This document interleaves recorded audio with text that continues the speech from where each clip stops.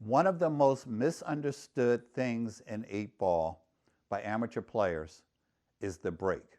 Because this is a video about 8-ball and not a video about breaking, I'm going to give you just some basics about your 8-ball break.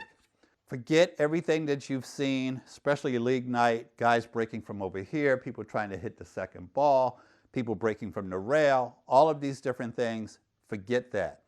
We are going to put our cue ball just behind the head string. If you cannot make a closed bridge, learn to do so. We're going to hit this ball directly heads on. You're going to keep your cue tip down. Step into the break like this. Good follow through. I am a little bit below center on the cue ball. We'll talk about that in future videos. And you can see we got a nice distribution of the balls. We're going to make that 10 ball. And I usually judge a good, successful 8-ball break by what percentage of the balls are at this end of the table versus that end of the table. If you get half the rack down here, that's a pretty good break and pretty good distribution. So that's the basic 8-ball break. Practice your break or you're not going to be good at it. You can't just break when it's time to play and think that you're getting better at breaking. So put in your time on your 8-ball break. As a beginner player, there are things that you are going to try to do. Let's look at some of the things you should try to do and things you should try not to do. One of the things you should try to do, when possible, get your balls off of one side of the table and then the other side. This is going to help you with your runouts. If you get a chance to play the 11, the 12, and the 14, and then go down there and work the rest of the rack, that would be ideal. You don't always get that chance, and it's not always as important on bar boxes, which many of you are playing on, 7-foot tables. But you want to get in the habit of trying to work one end of the table and then the other. Next, the best way to transition from one end of the table to the other are shots that are near the side pocket, especially shots that will go in the side pocket. Because if I manage to get on the 12 and the 11, this shot actually takes me down table where I can do the rest of the work at the other end of the table. Use balls that are near the side pocket as transitions to get from one end of the table to the other. Even if I don't play this in the side pocket and I played the 12 there at some point, I could use this ball and just follow down table to get on this without having a length of the table shot. If I played the 14 and then the 12 and then the 11, notice I have to get all the way back down table from a ball that is at one end of the table as opposed to halfway down the table. Try not to shoot your favorite shots. The combination shots, the bank shots, all of those things that you love to shoot but do not lead to wins. Most beginner players, most amateur players, most players are underdogs to make most bank shots. So if you have something that looks like this, you can bank the 15 here, or you can play the long straight shot down table. Learn to play the long straight shot down table. This, you are a major, major underdog to make this shot. Stop shooting bank shots all the time. Stop shooting combination shots all the time when you don't need to. Every expert player is playing that 12 ball before they play the 15. I didn't say most, I said every. No one is banking that ball when they have a shot at the 12, which puts them on the 11 and the 14, and then back on the 15 there and the 13 here without a lot of trouble. I will tell you that a lot of amateur players take shots that are more difficult than they need to be. And I think that part of it is they feel they got a pass on a difficult shot like a bank because they're supposed to miss it. They don't feel as bad when they miss that 15 as they do when they miss that 12.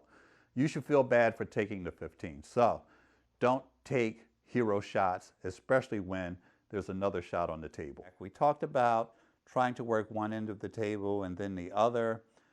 We covered a number of different subjects, but probably the most important for you as a beginner player is going to be the discussion about connected balls. Trying to find shots where you don't need to do a lot in order to be on, have position on, another ball. One of the major mishaps, let's call it, that beginner players have is what to do when they have ball in hand. A lot of beginner players will put the cue ball here and shoot that 4 ball in the side. That is what we call a waste of ball in hand. You have no reason to shoot that 4 ball in the side. Take your ball in hand and solve problems. Take your ball in hand and get position on shots that you're going to have a difficult time getting position on later. If you have a pocket hanger, a ball that is practically in the pocket, such as that 4 ball, I will grant you that there are situations where that 4 becomes difficult. Let's say I had a ball here. Now it might be very difficult to get to that 4. But if these are wide open shots, do not use your ball in hand on simple shots like this. It blows my mind how often someone gets a free shot and they use it on the easiest shot on the table. It sometimes will make sense if it's going to give you position on something else. But shooting that 4 ball in doesn't get you out here. So what would we use our ball in hand for? The 5 ball is down here all alone.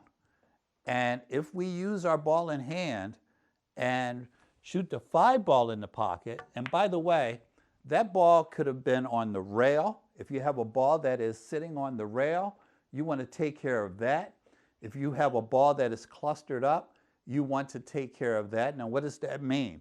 Let's say, for example, my 5 ball was clustered up with my opponent's 11 ball.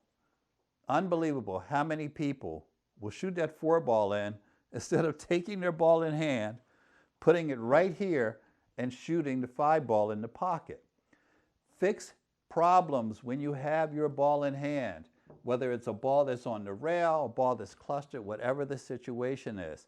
These shots are going to be difficult for you. They're going to be difficult for everyone. Why not fix it while you have ball in hand? So you've got a rail shot here, and when I say they're going to be difficult, I don't mean just difficult to make, but difficult to get position on from the other balls on the table. So here, if I use my ball in hand to play the 5 ball in, notice what happened here. I get down here where now I have a pretty target-rich area. There's different things I can do. Another very important use of ball in hand is to solve multiple problems. Here I have the 2 that is on the rail. I have the 4 that is on the rail. If you take your ball in hand and shoot this 7 ball in, I have failed you as a coach. Do not do that. I could also have a cluster, something that looks like this. What would I do with my ball in hand here? The beginner player and the advanced player are both doing the exact same thing here. If my 2 is on the rail, this is a problem.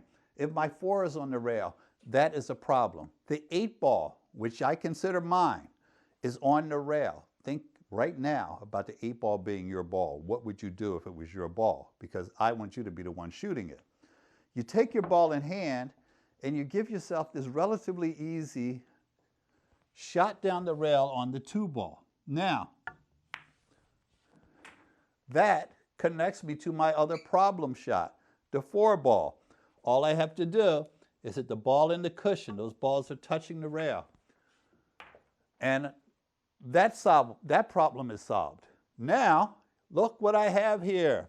I can just make the 7 ball. Don't hit it too hard because you're coming down table to have a shot on this 8. You don't want to hit it too hard because you don't want to scratch here. Once again, the ball and the cushion at the same time. And if you don't like that angle, you hit this 7 ball a little bit harder and you come further down, but you want to be careful that you do not scratch in that corner pocket, because while I've been talking about it, someone somewhere is shooting this shot and scratching in that corner pocket. So you want to be careful that you're not that someone somewhere. So you can see how easily you could get all the way down table for that 8 ball. I can't show you every possible ball in hand scenario, but if you keep in mind, you want to use your ball in hand to solve problems. You don't want to waste your ball in hand. If you take it and you put it at the easiest shot on the table and you have multiple balls on the table, chances are you're doing something wrong.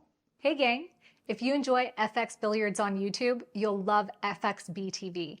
It's the ultimate streaming platform for exclusive videos, tips, and techniques you won't find anywhere else. Whether you're a beginner or advanced player, we've got you covered. Plus, when you join, you'll get free access to all our master classes, a $150 value with more than 150 videos that will never air on YouTube. Plus, you will get to watch our YouTube videos before they go public. Watch them early, ad-free, and with tons of bonus content. Join now to lock in our special introductory rate and be part of the FX Billiards community.